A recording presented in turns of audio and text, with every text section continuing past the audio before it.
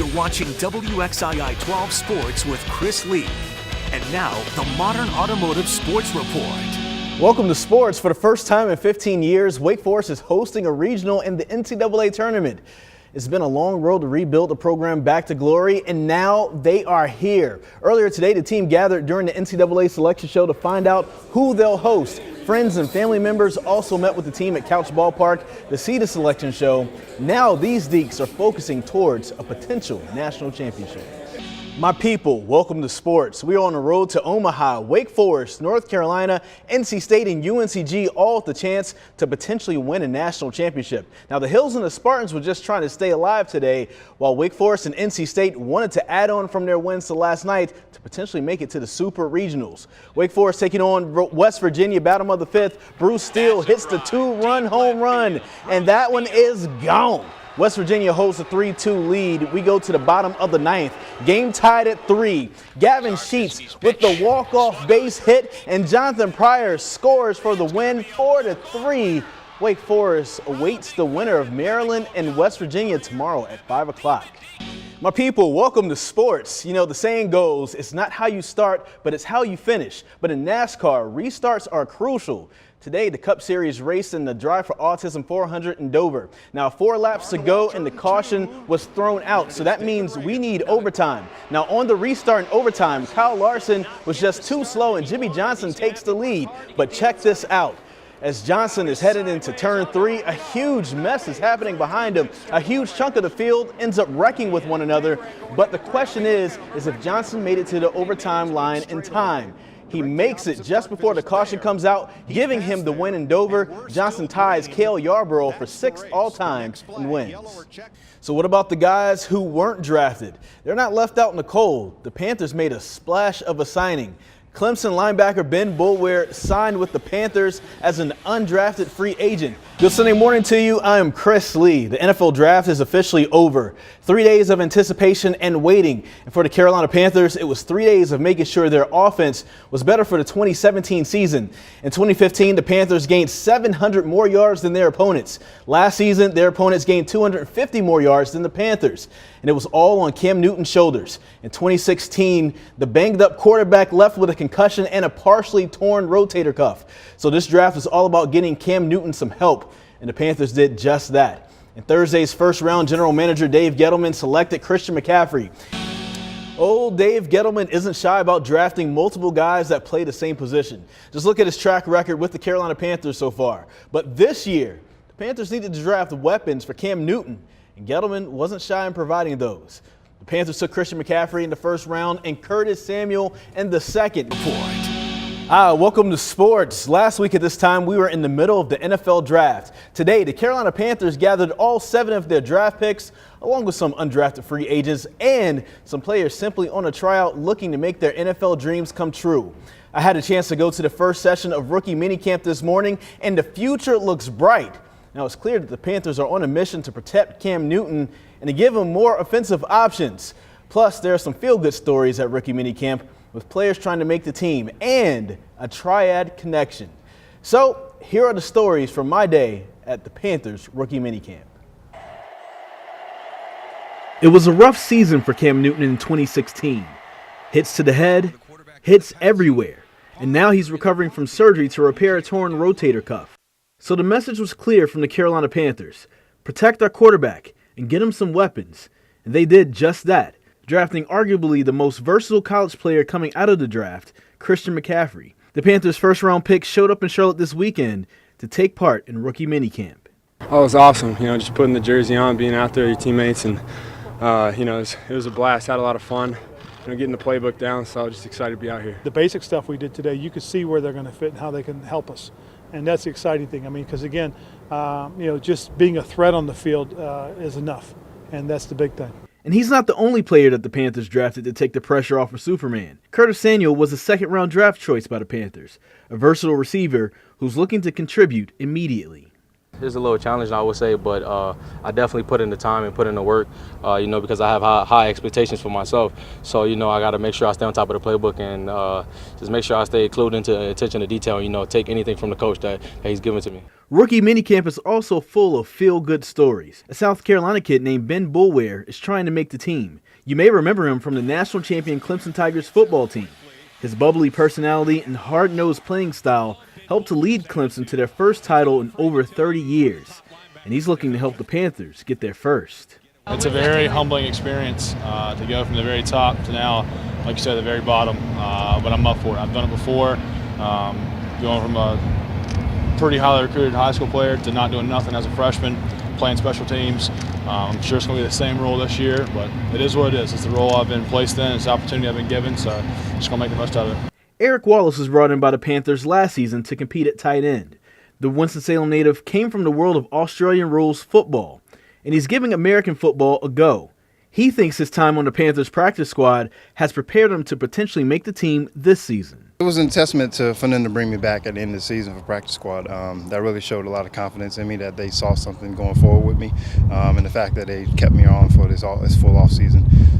Now I'm out here rookie minicamp getting some extra reps and really taking control of the tight end group. That's really only going to help my development as a tight end on this team.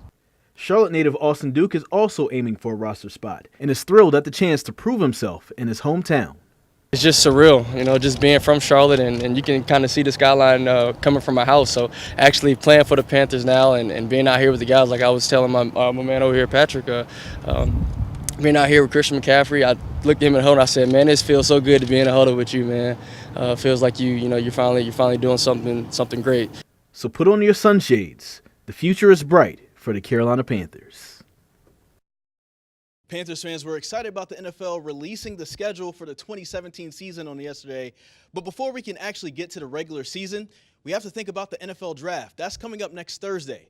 3 days of the team deciding what its future is going to look like. Many Carolina Panthers fans look at last season's 6-10 finish and came up with a wish list on how the team should get better. Many fans wanting a better offensive line. Some more firepower on offense, like running backs and wide receivers. Today, Panthers general manager Dave Gettleman spoke to the media for a pre-draft press conference, and he says a wish list of positions heading into the draft isn't how the Panthers operate. In my position, I've got to think short and long term. I have to. I'm walking that tightrope. I can't just say, oh, we got to have we have to have the best prune eater in America. No, it's not, that's not the way it works. It's now and down the road. And I have to walk that fragile balance. Gettleman also expressed how pleased he was with this year's draft class. He says there's so many flavors to choose from, like he's going to an ice cream shop. The Panthers picked number 8 on Thursday in the NFL draft at Bank of America Stadium. I'm Chris Lee, WXI 12 News.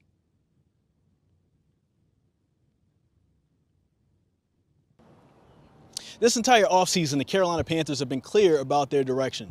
Not only to give Cam Newton more weapons, but also to protect him. The anchor of that offensive line is Ryan Khalil. But what's better than one Khalil than two Khalils? In the offseason, the Panthers signed Ryan Khalil's younger brother Matt from the Minnesota Vikings. And this week at organized team activities was the first time we had a chance to see Matt in a Panthers uniform. It's all an effort to better protect Cam Newton so he doesn't suffer the hits that were put on him last season. Big brother Ryan not only is happy to have little brother around, but thinks he'll make the offensive line just a bit better. I think he would tell you there's inconsistencies in his game that he's wanted to get better at, and all that's been his technique. So that's stuff you can fix. You can't teach a guy size and strength and athleticism, but the technique stuff, we got one of the best coaches in the business. So I think that was a big reason for him coming here, more so than his annoying big brother. Carolina Panthers will have organized team activities for the next couple of weeks. Then they'll take a little bit of time off, and then it's time for minicamp, which is mandatory for all players. At Bank of America Stadium, I'm Chris Lee, WXI 12 News. Yeah, well, the latest on Eric Almirola is that he's going to be out for about 8 to 12 weeks. That pretty much guarantees that he's going to miss NASCAR's playoffs. Now, today in a press conference with the media, Almirola said that he's going to absolutely listen to his doctors. This will not be a situation where he's going to try to rush back and try to beat the expectations. The Petty Motorsports driver had a compression fracture in his T5 vertebra, which is in the middle of his back. Now, he says that he felt like he was on ice during the accident and that there was nothing he could do to avoid it. But for now, Almirola has his mind set on his family and on a full recovery. Getting back in a race car 2 weeks too soon. is just going to add 2 more starts to my start column in the stat book. But if I were to get in another similar accident and not be properly healed, you're talking about potentially being paralyzed from the belly button down. So I'm not going to risk that. I've got a lot of baseball to play with my son, and I'd like to dance with my daughter one day at her wedding. And once again, Almirola will be out for 8 to 12 weeks. So in his place, Petty Motorsports has hired Regan Smith. Coming up in sports at 6 o'clock, we'll hear from Regan Smith ahead of this weekend as he's preparing to get into that 43 car.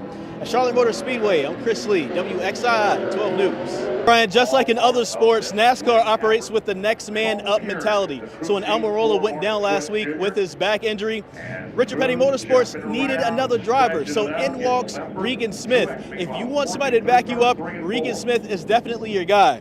Now, this guy, he's currently a Camping World Truck Series driver who's had plenty of experience filling in for other drivers in the Cup Series. As a matter of fact, Smith replaced Dale Earnhardt Jr. right here in Charlotte back in 2012 after Jr. was diagnosed with a concussion. But that was last minute. This time, Smith has had days to prepare.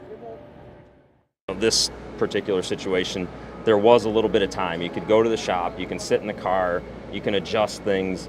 You know, it's not quite as on the fly as that was. You mentally can kind of prepare for what the weekend's going to look like. You know, there's other ones I've done in the past where it was literally the day of, and you just hope that you fit. And those can be a little bit trickier. Now it's super loud here. That's because actually qualifying is going on for the All-Star race. We'll see if Regan qualifies for that All-Star race later on tonight. At Charlotte Motor Speedway, I'm Chris Lee, WXII 12 News. Dale Earnhardt Jr. back in victory lane in Daytona. Before he ever won Daytona. Before any of the 26 Cup Series race wins. We knew the name Dale Earnhardt Jr. His father remains one of the biggest names in the sport's history. To my father, Dale Earnhardt, I would have not been a race car driver if it not for him. He believed in me. But Earnhardt didn't set out to follow directly in his father's footsteps. He did things his own way. This is not because he's Dale Earnhardt's son. I'm a Dale Jr. fan because he's a kid that I saw grow up in the garage area. And now to see his career make the announcement that he's going to step out of that car, it is a big deal. Dale Jr. made the announcement today in a press conference. After missing some time last year with a concussion, he said that he wants to make sure this decision was his decision. You're wondering why I reached this decision? It's really simple. I just wanted the opportunity to go out on my own terms. As you know, I missed a few races last year, and during that time I had to face the realization that my driving career may have already ended without me as so much getting a vote at the table. It didn't really surprise me. Today, we had a chance to speak exclusively with NASCAR legend Richard Childress, who's known Dale Jr. since he was just a kid. He's did so much for the sport. He's helped carry this sport for the last several years. Everything has its time, and for him to retire on his own willing and wanting to do it his way, I honor him for that. Fans absolutely love Dale Jr. He was named most popular driver 14 years in a row, and he wants to make sure fans know he felt the love. The one thing that has made this career the incredible ride that it's been is Junior Nation. The fan support that I received straight out of the gate was in large part because of my famous last name. But throughout the ups and downs, it occurred to me that the fans that stuck it out and the new ones that joined us, they were there because of the person I was and not who they wanted me to be. It's kind of hard to quit, I tell you. You know, that's all you've done all your life and all you want to do, and it's hard to walk away from. Following his retirement, Junior says he'll still be around the sport that he grew up in. But after 600-plus starts, all the triumph, all the heartbreak, Dale Jr. is calling it a career. I accomplished way more than I ever dreamed. Way more than I ever thought I'd accomplish.